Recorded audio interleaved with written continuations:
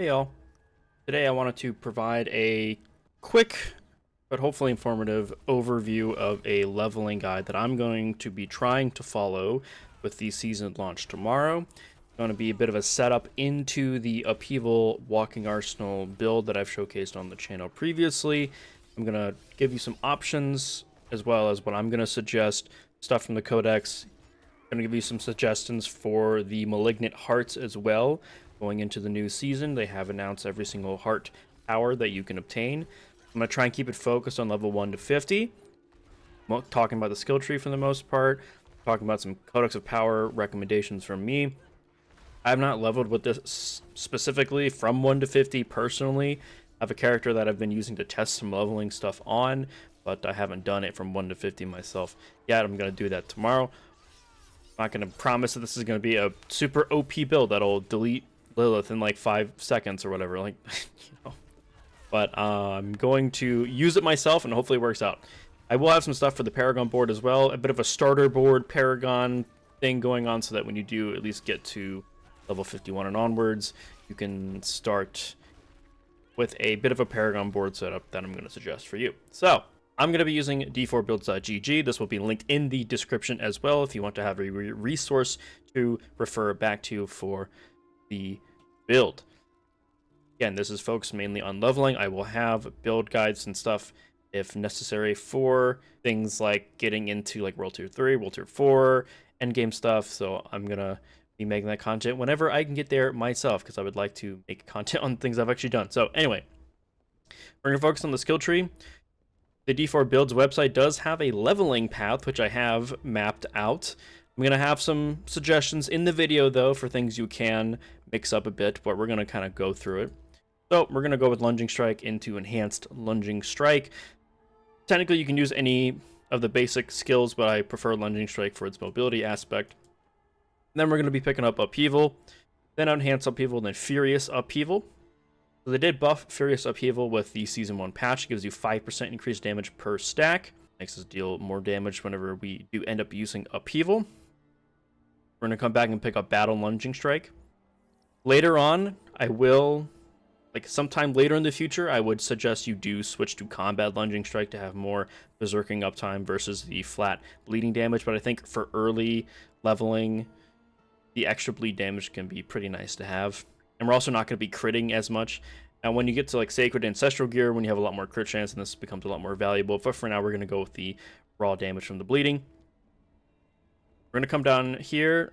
We will be picking up Rallying Cry, as you can see in the leveling path. We do end up switching to Iron Skin later, but I think to start, it's better to have Rallying Cry. It's nice to have the movement speed and resource generation. Pick up Enhanced Rally Cry into Tactical Rallying Cry. If you want to use Iron Skin from the get-go, you can totally do that. But I think there's a lot of value in this, at least early on. This actually will not be a shout build. So if you are a quiet barbarian, you don't want to be shouting all over the place. I do not actually use shouts this build, at least so far I'm not going to.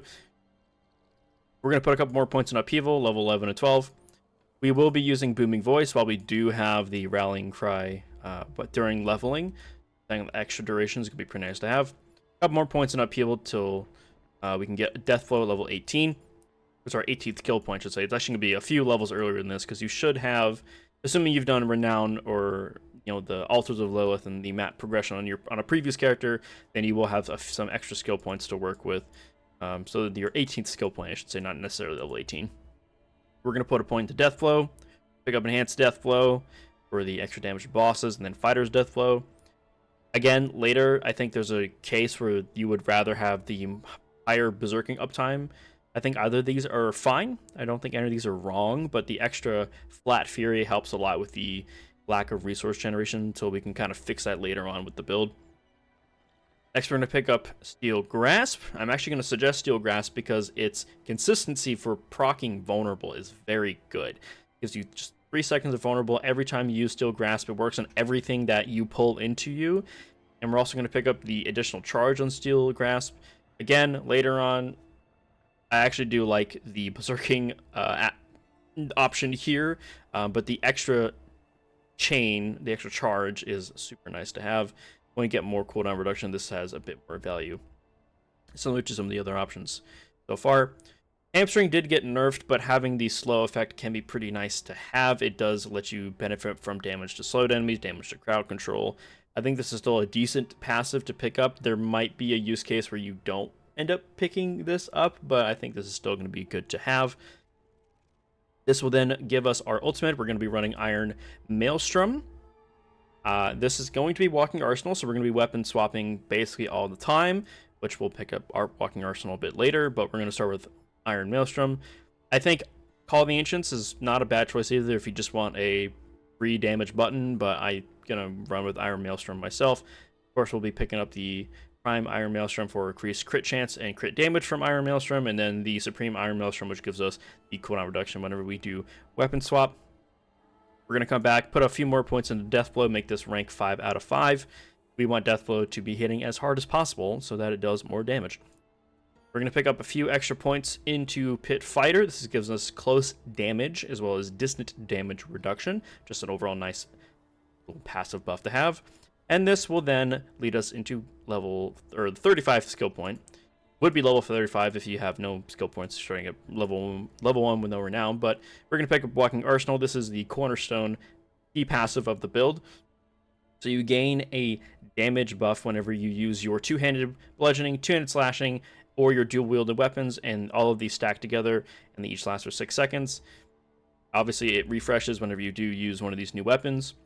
I will showcase it in-game, my weapon selection, I should say, and how you select weapons, and why you should be selecting weapons for each of your individual skills on your skill bar. I'll show that here in a bit when I'm done with this build page. Afterwards, we're just going to kind of round out the rest of the skill tree now that we have Walking Arsenal. We're going to come pick up No Mercy, gives us crit chance against immobilized, stunned, or slowed enemies, which is good for Hamstring. We do stun enemies with the first hit of Iron Maelstrom as well. The slam attack whenever you first hit the button. Also, the bleeding on the second hit can sometimes, if they're still healthy, then they would be slowed. So there is that too. And then we're also going to pick up Expel's Vulnerability. So whenever we use a core skill after a weapon mastery skill, we will make enemies vulnerable for 3 seconds. This is nice because we actually are using 2 weapon mastery skills. So whenever we do use them, whenever we end up using Upheaval, they'll be vulnerable again. Now, early on, you're not going to have a lot of vulnerable damage on your gear, but it's still a damage bonus nonetheless, and it's good to start rolling in vulnerable damage. Even though the stat got nerfed, it's still super good. So we're still going to be utilizing vulnerable. That did not change anything. It just made stat not as good in terms of its value on gear, but its value in terms of dealing more damage, and the damage calculation is still really high. So you still want a lot of vulnerable damage, or ways to proc vulnerable as a status effect. We're going to pick up Heavy-Handed down here. Gives us critical strike damage with two-handed weapons, which is going to be for our Upheaval, and our Deathblow will be using two-handed weapons, so just an extra 15% critical strike damage. We'll pick up Wallop, so skills like bludgeoning weapons deal increased damage if they're stunned or vulnerable. Would you look at that? Vulnerable damage, pretty good. Next is going to be some extra points in swiftness. Just the movement speed is nice to have, personally. At this point in the leveling path, I did end up switching to Iron Skin, but you can honestly make the swap to Iron Skin. I'll talk about the Codex powers that will actually make Iron Skin a lot more valuable, but at this point I did end up swapping it out. But you don't have to wait until this point to swap out Iron Skin. You can definitely do it way earlier on if you want, but this is what I ended up doing at that point. And since we don't have any more shots, we're going to unspec out of the Booming Voice, which won't be doing anything for us. We're going to pick up Aggressive Resistance to give us access to Fury Generation while we are berserking. At this point, you might want to consider swapping over to Combat Lunging Strike. If you feel like you're okay on your Fury Generation, you can also swap over to Warrior's Deathblow, or even you can also swap over to Fighter Steel Grasp for more sources of berserking. Afterwards, we're going to pick up Thick Skin, just so we have access to counter offensive. We will be trying to be fortified as much as possible throughout the build, which also helps from the Strategic Iron Skin, as well as some Codex powers that I can suggest that will give you Fortify as well. So we'll be doing more damage while fortified. And since they nerfed a bunch of the damage reduction stats, I think it's good to try and work in some defensives into your skill tree when you can, where it makes sense. So we're going to be trying to utilize more damage reduction while we are fortified. And then as a final leftover skill point, I put in a Steel Grasp, lowers the cooldown just a little bit. This is kind of a freebie point. You could instead maybe put an extra bit of damage reduction while berserking, lightly reduced duration of control of pairing effects, maybe an extra point Iron Skin if you want that to be a bit beefier. So it's kind of a flex skill points, but I ended up going just with an extra point Steel Grasp just for the cooldown reduction. Hi, me from the future. I'm recording this after the fact because making videos can be hard. I'm here to tell you how to actually set your weapons for your different abilities, because that's actually important. I talked about in the video how you're going to do this, right? So Barbarians, because they have 4 weapons, they can actually select which skills will use which weapons when applicable. So I'm going to suggest Lunging Strike using your dual wield weapons. Deathblow is going to use whatever your highest damage weapon is, and then ideally your Upheaval will probably use your other two-handed weapon, whatever that ends up being, to benefit from the Walking Arsenal passive fully. On keyboard, if you hit S, it'll pull up the skills menu, whatever that button is on controller. And if you hit middle mouse button, you can see I'm like cycling through each of the weapon types for Lunging Strike here, for example. But we don't really want our two-handed dual-wield weapons to be dealing like our Deathblow damage, for example, because we'd rather have our two-handed weapons doing that instead.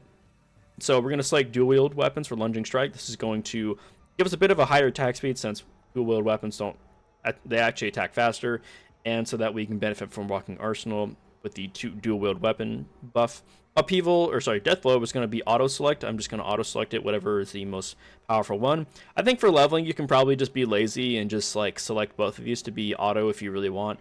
But ideally, you would actually have Deathblow automatically select whatever your highest weapon option is going to be. It's most likely going to be either your bludgeoning or your slashing weapon. And then your Upheaval will be whatever Deathblow didn't get selected into. So for me, Deathblow is set to my two-handed bludgeoning weapon, so I'm actually going to be setting the two-handed slashing weapon instead, so that you can benefit from each of the Walking Arsenal buffs. That's going to be from your dual weapon, your bludgeoning weapon, and your slashing weapon. So that's how you do that. And this is actually going to be really important later on when you get to like World Tier 3 and World Tier 4, when you really want to be trying to optimize your play and your loadouts to deal the most amount of damage you can.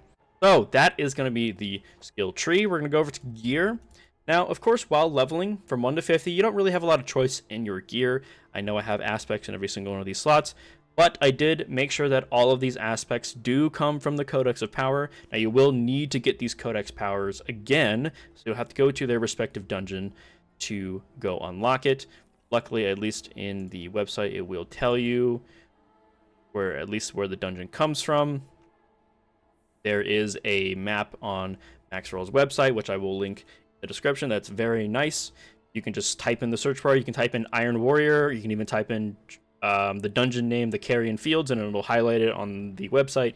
So super useful to have. In game, you can actually open up the Codex of Power by hitting Y on the keyboard. I don't know what the button is on the controller, but if you open up the Codex, you can actually put a pin. You can select the Codex and say pin on map, and it'll pin on the map so you can see exactly where the dungeon is. There's a few options here. These are the ones I'm going to suggest, but there's a lot of flex here. So Iron Warrior aspect is going to give us Unstoppable when we use Iron Skin, and gives us a bit of damage reduction. So obviously, if you end up using Iron Skin, I would definitely end up using this aspect. The cost of putting aspects on every single one of your pieces of gear while leveling is going to be pretty expensive. This isn't me telling you to put an aspect from the Codex on every single piece of rare gear that you ever find and you ever upgrade into. But if you get a really nice weapon or a really nice amulet, especially, like amulet is a really solid item to put a good Codex power on, and you could maybe suggest, or I would suggest maybe utilizing some of these aspects to help boost your damage or defensive capabilities. I'm more or less putting these out here as recommendations, because if maybe you get lucky and you get one of these aspects to drop on a legendary gear, just straight from an enemy or an elite or whatever, if you get lucky, then it's like, oh, that's good to know. You can go have a sort of list of some stuff that you should be looking out for. So anyway, Aspect of Might is to give us damage reduction when we use a basic skill, and we're going to be using Lunging Strike pretty often, which will synergize with Walking Arsenal as well, so there is that. There are some other Codex powers that I'm going to just kind of fire off rapid fire real quick that are actually not bad. Tempering Blows will give us Fortify when we weapon swap 6 times. We are weapon swapping pretty often, so this is actually a fairly consistent way to generate Fortify. This is definitely a pretty good option. Trying to make sure there's nothing else. There is the damage reduction from bleeding enemies. This is actually pretty good, but If you get lucky and get this drop, you can definitely make it work, but I'm not sure if I would suggest putting this on at as an early Codex power or anything like that. For gloves, one of the offensive aspects going to be Glove of the Expectant. So your basic skills will buff your next core skill. So that'll be a few lunging strikes, which you'll occasionally do to try and get Upheaval buffed. And since we're using Furious Upheaval, hitting anything will also count into that buffed Upheaval state from Furious Upheaval. So this is kind of synergizing with that. Disobedience, despite the nerf, is still really strong because armor itself is really strong. This gives you a stacking armor buff when you deal any form of damage. This will stack very quickly, especially when you use something like Iron Maelstrom, or you're hitting things with Steel Grasp. You're hitting a lot of enemies, they're all going to be bleeding. All those bleeds stack ticks of damage are going to count for the disobedience aspect. So you can stack this pretty easily with this build when you have kind of everything rolling together. This is just kind of an extra thing. Crits grant you movement speed, just a extra thing, nothing super critical, but it can be kind of nice to have if you feel like you're a little too slow. Edge Masters is nice. It's going to give us an increased damage based on your primary resource when cast. So you want to try and have as max Fury when you can. It's not necessarily required. If you do end up using Edge Masters, it's good to have that max or be close to max Fury whenever you do use Upheaval. Just kind of a freebie thing. Again, I'm not saying you should go put every single one of these aspects on all of your gear all the time while leveling. It's going to be way too expensive. You're not really going to have the resources or the gold to do that.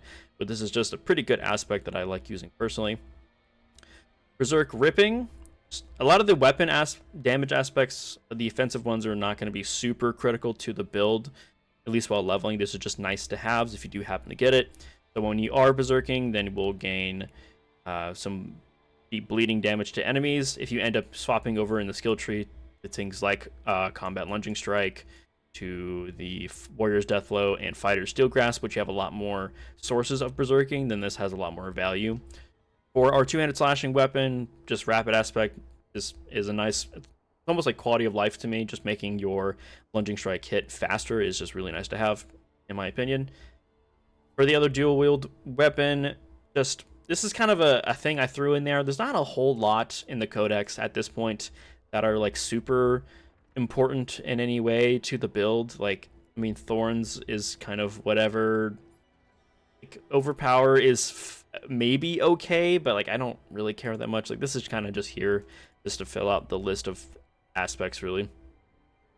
Amulet, I ended up going with the each point of fury generated while at maximum will grant you a certain amount of fortify. Remember, the amulet, whatever power is on the amulet, will be 50% stronger. So if you end up putting an offensive aspect, it'll be a bit stronger. Defensive aspect will be a bit stronger, etc., etc. If you like you're needing damage, you can definitely put one of the offensive aspects like Expectant, Edge Masters, Rapid, or something like. You can put that on the amulet instead. For the rings, I ended up going with resource-related effects. You can still put some of the offensive aspects on the rings, but I ended up going with the increased fury generation when you have all bonuses from the Walking Arsenal passive active, so that's pretty good. And then there's also one where your core skill will refund its cost when you do kill an enemy with it, so not bad, but not super critical.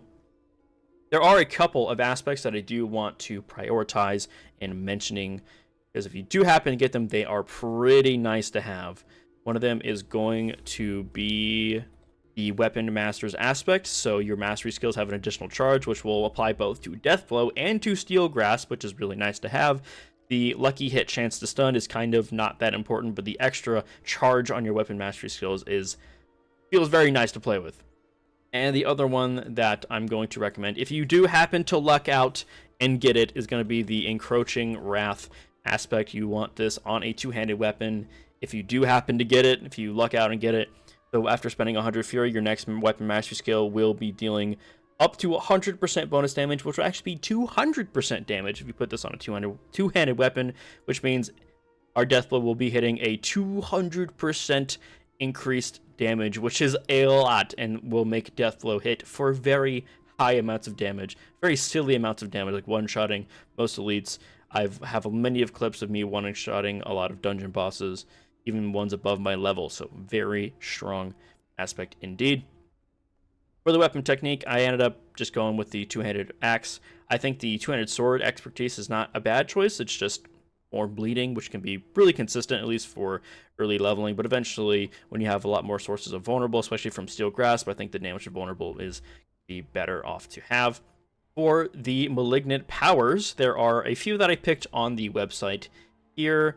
These are ones that I specifically picked that are not required to earn from World Tier 3 or World Tier 4. So Determination is going to be that resource draining effects are 40 to 50% less effective. And in addition, you gain resource generation. The increased resource generation is kind of the big thing for me. It's just going to feel a little bit better to have more resources coming in from using Plunging Strike. If you end up using Rallying Cry still, that will also buff that, I would assume. The Malignant Pact, this is a Wrathful one, and it might be a bit rare. I'm not really sure how rare some of these hearts are going to be, but this is a pretty good one if you do happen to get it. It doesn't require a World Tier 3 or World Tier 4.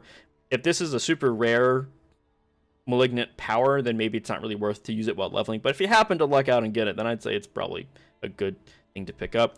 So basically, every 20 kills, you'll cycle between a 20% attack speed buff, a chance to fully restore your primary resource when you use a basic or a core skill, and then you can then cycle into gaining Berry whenever you every 21 seconds.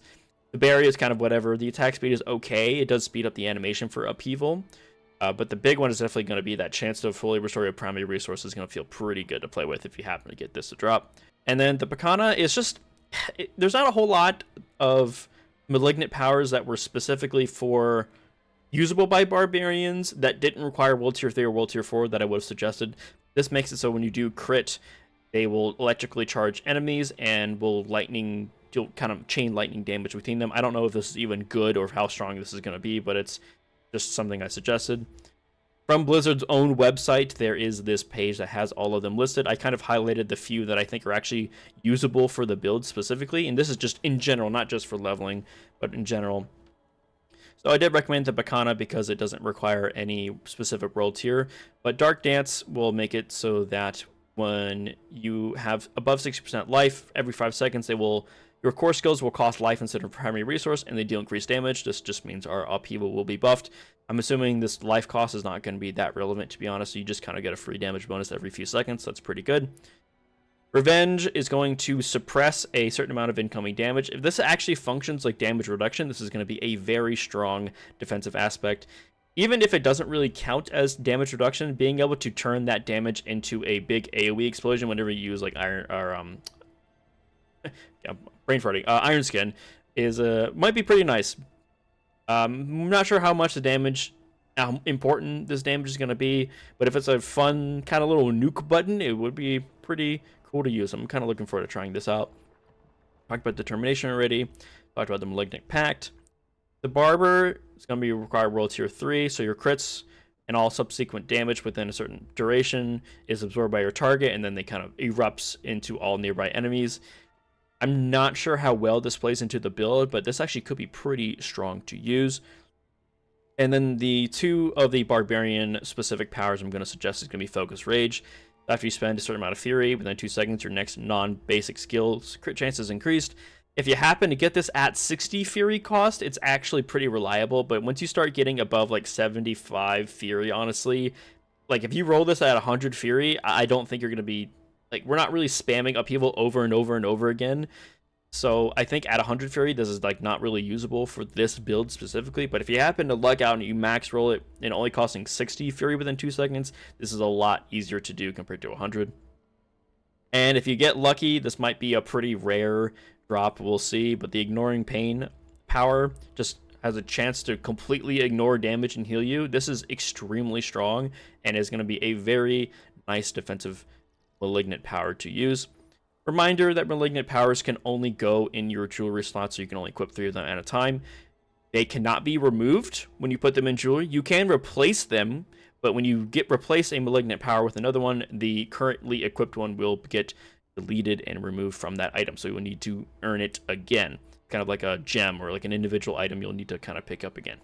Finally, been rambling a lot, but finally we got a starter Paragon board.